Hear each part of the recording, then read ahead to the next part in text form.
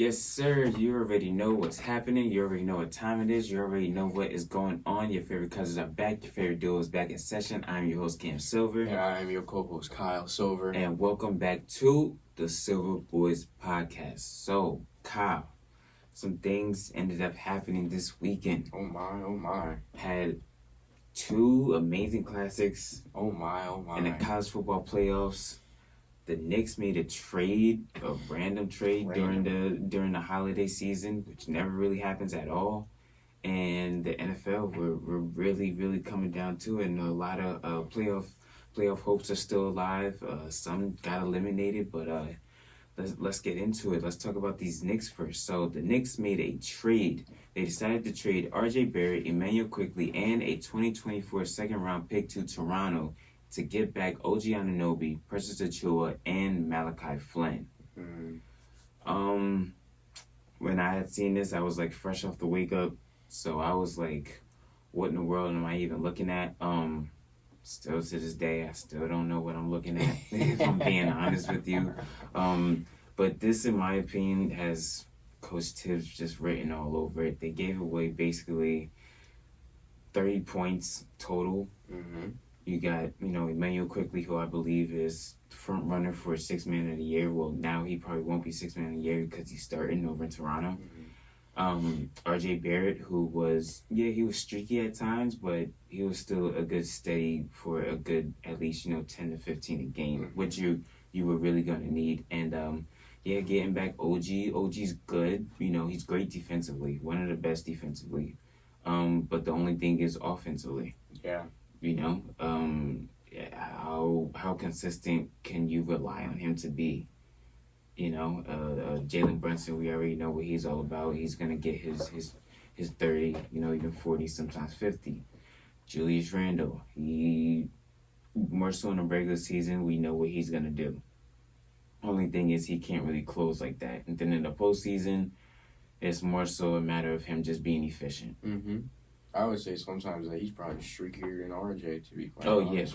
For sure. But they both look bad in last year's playoffs. For a couple of years, they've been looking bad once they get to the playoffs, or like once it really ramps down into like, all right, these games matter. Right. I feel like you couldn't really rely on Julius as much as you should have been able to. Right. But in reality, it's just I don't know. I don't see anything amazingly happening with the Knicks. Like nothing. This isn't a needle mover. No, not at all. It's not moving me in the slightest. I'm concerned that with Tibbs and his defensive heavy mindset that you're gonna focus so much on defense, but then you're not gonna focus as much on offense. Like OG Anunoby, he's a great 3-and-D guy. But now you gotta create plays and you got to create sets that's going to be able to like get him open, or he'll be open because the defense is they're not going to really prioritize him. They're going to prioritize Julius. They're going to prioritize even Hartenstein too, or they're even going to prioritize Jalen Brunson. But then now, what I'm concerned is what are you going to do, Tibbs? Are you going to run Jalen Brunson into the ground, which has been your MO for years on end now, of running your point guards or running your players into the ground in the regular season, and then once it comes, they're 8th in the East right now. Right. They're only 7.5 games back. Pacers got the same amount of wins as they do, so it's not like it's really like that far of a stretch. But I'm just concerned about late game, end of the season. For those guys, because you can't have Jalen Brunson playing 40 minutes every night. That's going like that will show up in the playoffs. And then we always come to, all right, why can't the Knicks make it further? Well, that's because they're tired. They're tired. They're exhausted. They're fatigued. And what's it called? So Jalen Brunson right now is playing 36 minutes per game. Julius Randle is basically up there with 35.7, and in these first couple of games, you've had OG playing 35 minutes against Minnesota and 34 minutes against Chicago on Wednesday night. He scored over, he scored in double digits both games.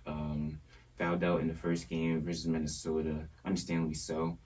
He got 2 steals in both games. He has been getting on the boards and things of that nature. Of course, he'll have to help crash the boards with no Mitchell Robinson there, but Yeah, no, I'm still not.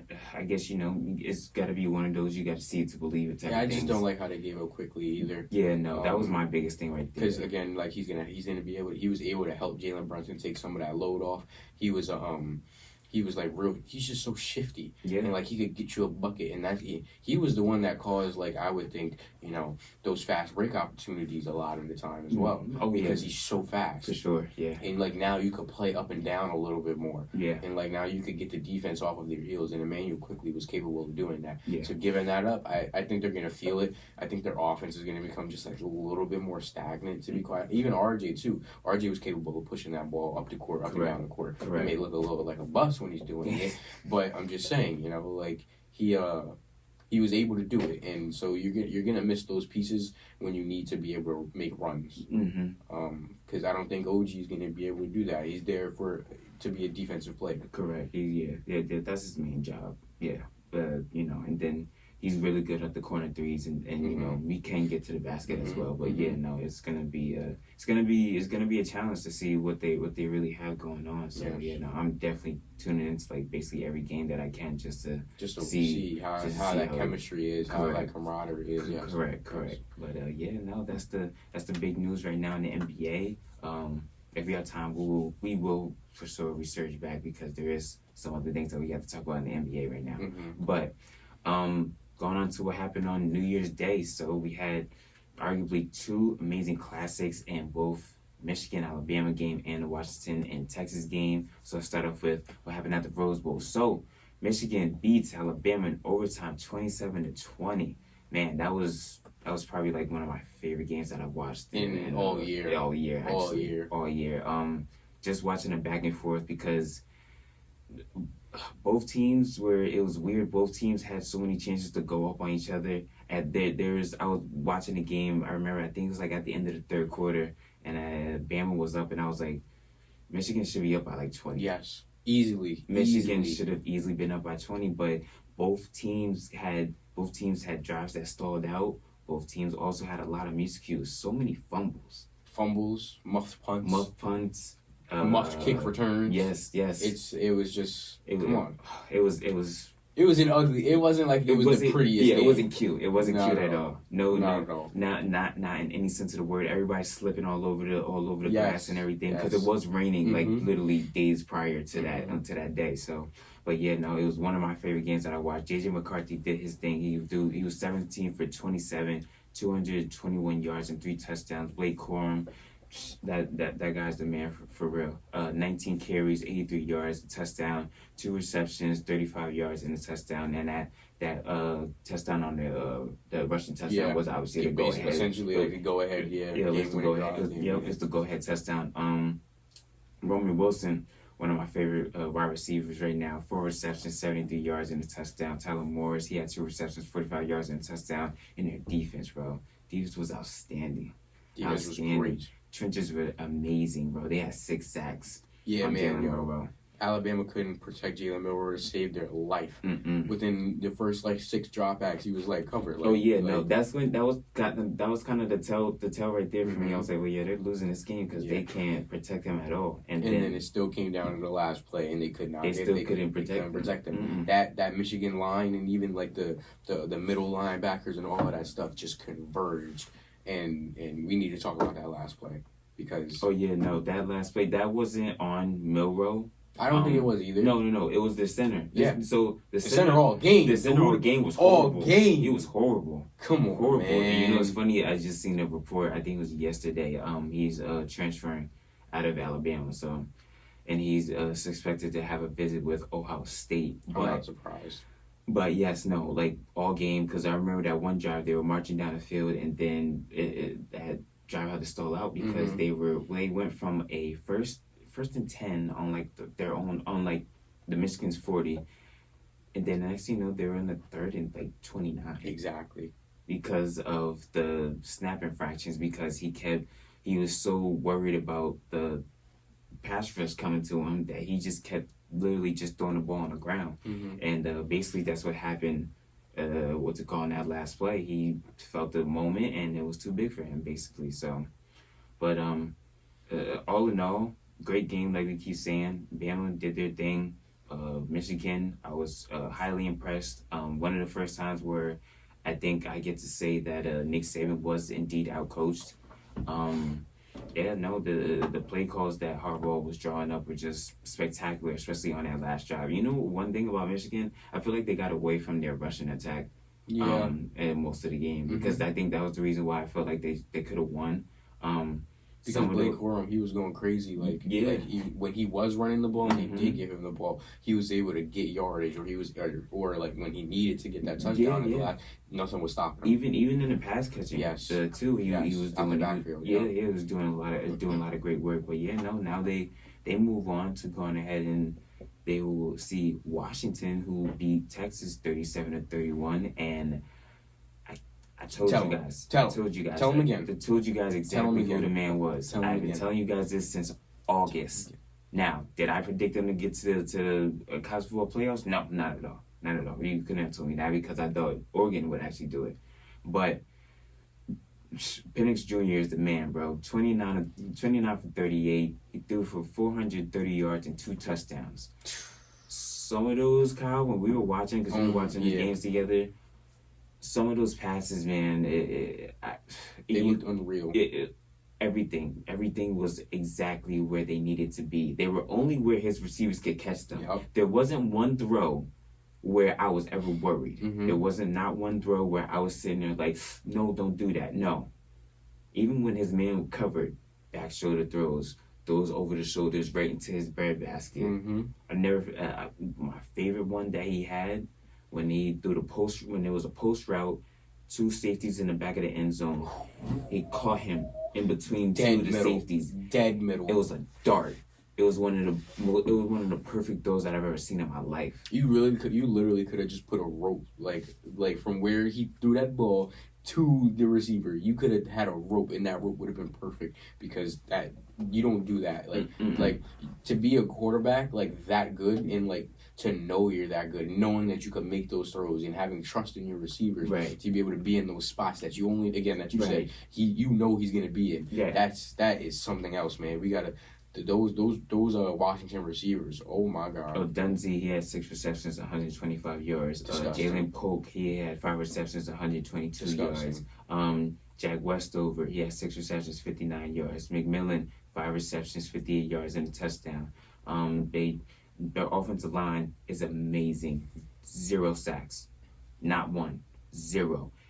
Michael Penix wasn't even touched. 0.5. This is like 0.5 pressures or something like that. Like not even a full pressure. He wasn't even touched. And anytime the pocket collapsed, what did he do? He stepped right up.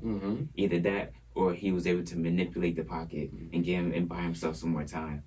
And then for the first time, he was running for a little bit too, because he wasn't running as much because he has had some injuries, but that was back during the Indiana days. But no, he stepped up at times when he needed to. He ran when he needed to, but other than that, he just made every single throw. Yes, and that's what's gonna be interesting against Michigan, man. Because that you basically got defense versus offense now, strictly offense. Yeah. And okay, we really gonna see now. And I would be remorse if I didn't give praise to their defense too. Absolutely, Washington's defense, they held up. They're not slacks. They're not slacks. No, not at all. They might give up, a big play here or there, but for the most part, they played very, very well. And then that last play, that sealed it. Like that teaches you all you needed to know and tells you all you needed to know about that defense. When they needed to make a play, they will make that play. Oh yeah. That was one of the best defensive plays I've seen all year.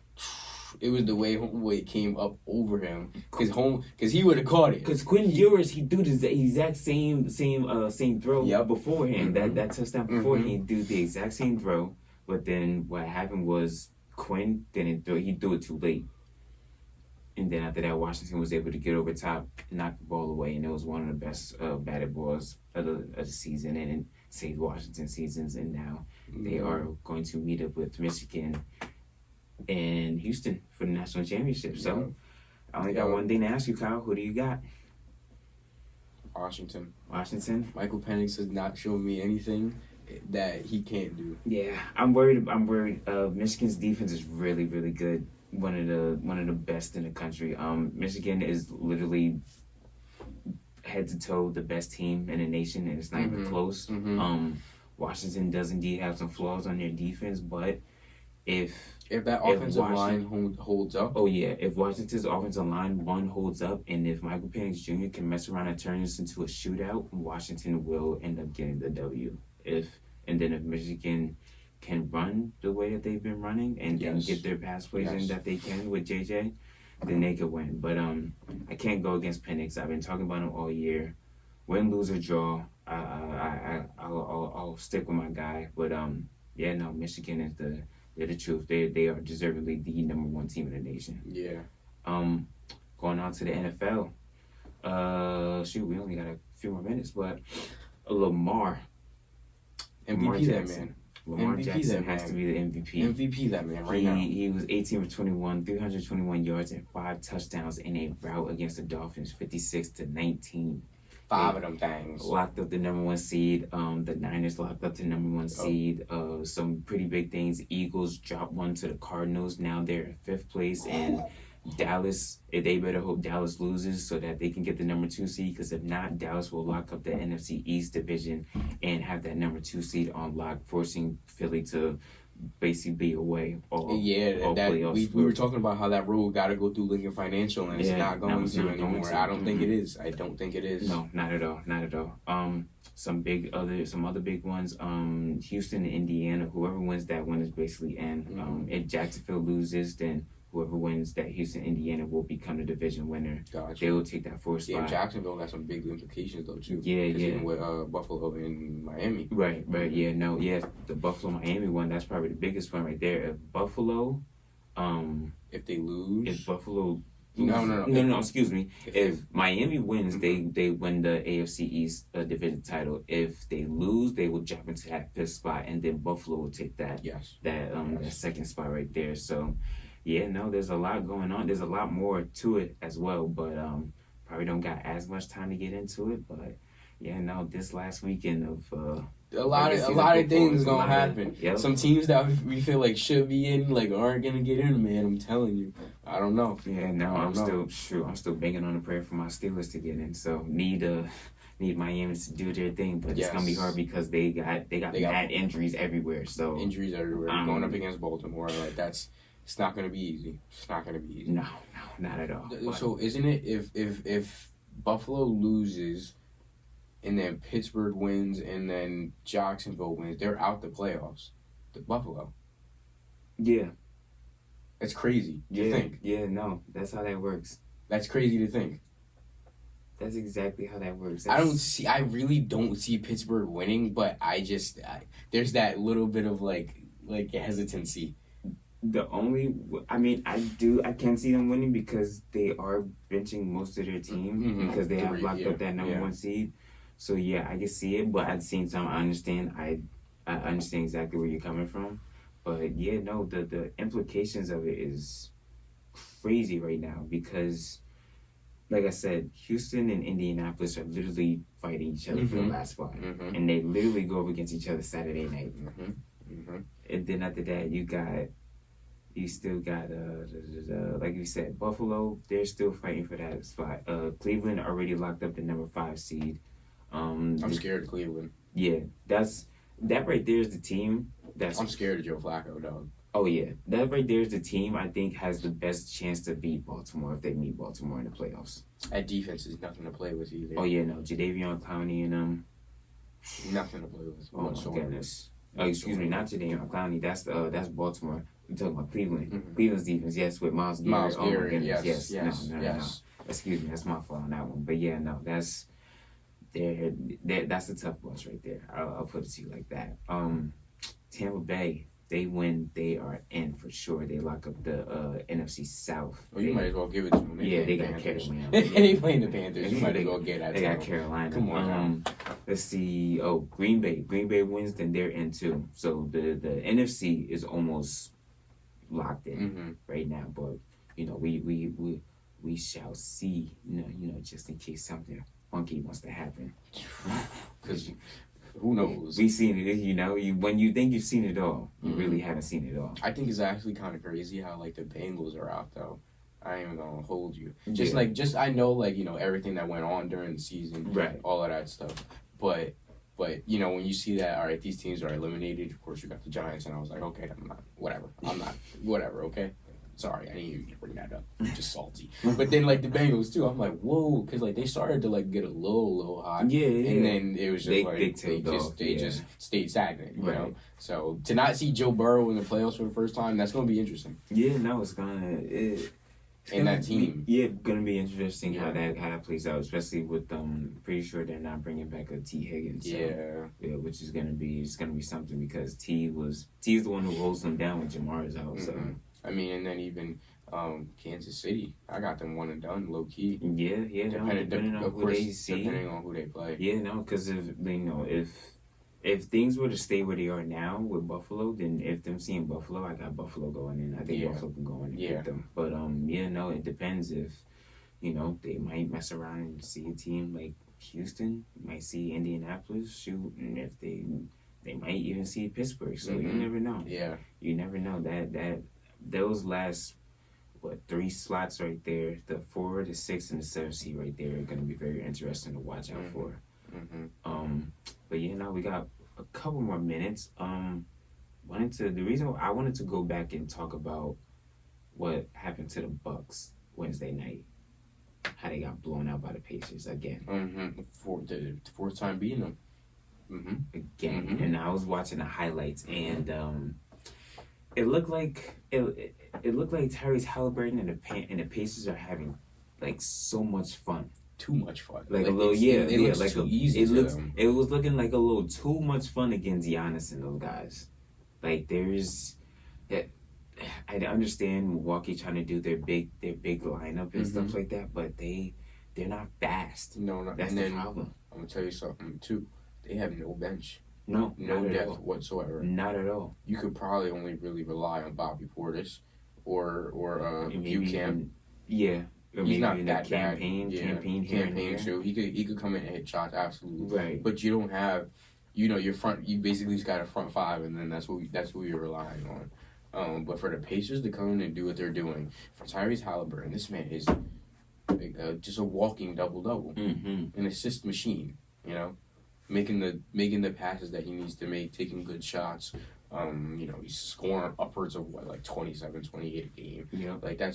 It's insane. But for the Bucks to lose that to the Pacers again, ooh boy. Yeah. Ooh, that's not a team I want to see in the playoffs. No, I tell you that because they could run on you. I even told my boy, I was like, for right now, I'm not gonna go crazy into the playoffs and stuff like that because we still have long to go. We don't know what this Bucks team will look like in a few months.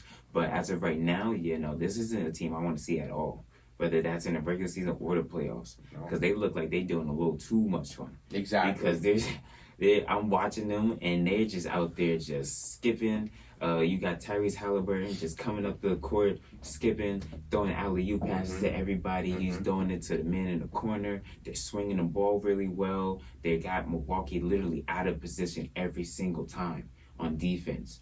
They don't know what the heck is happening. Which is bad, because Milwaukee was always a defensive team.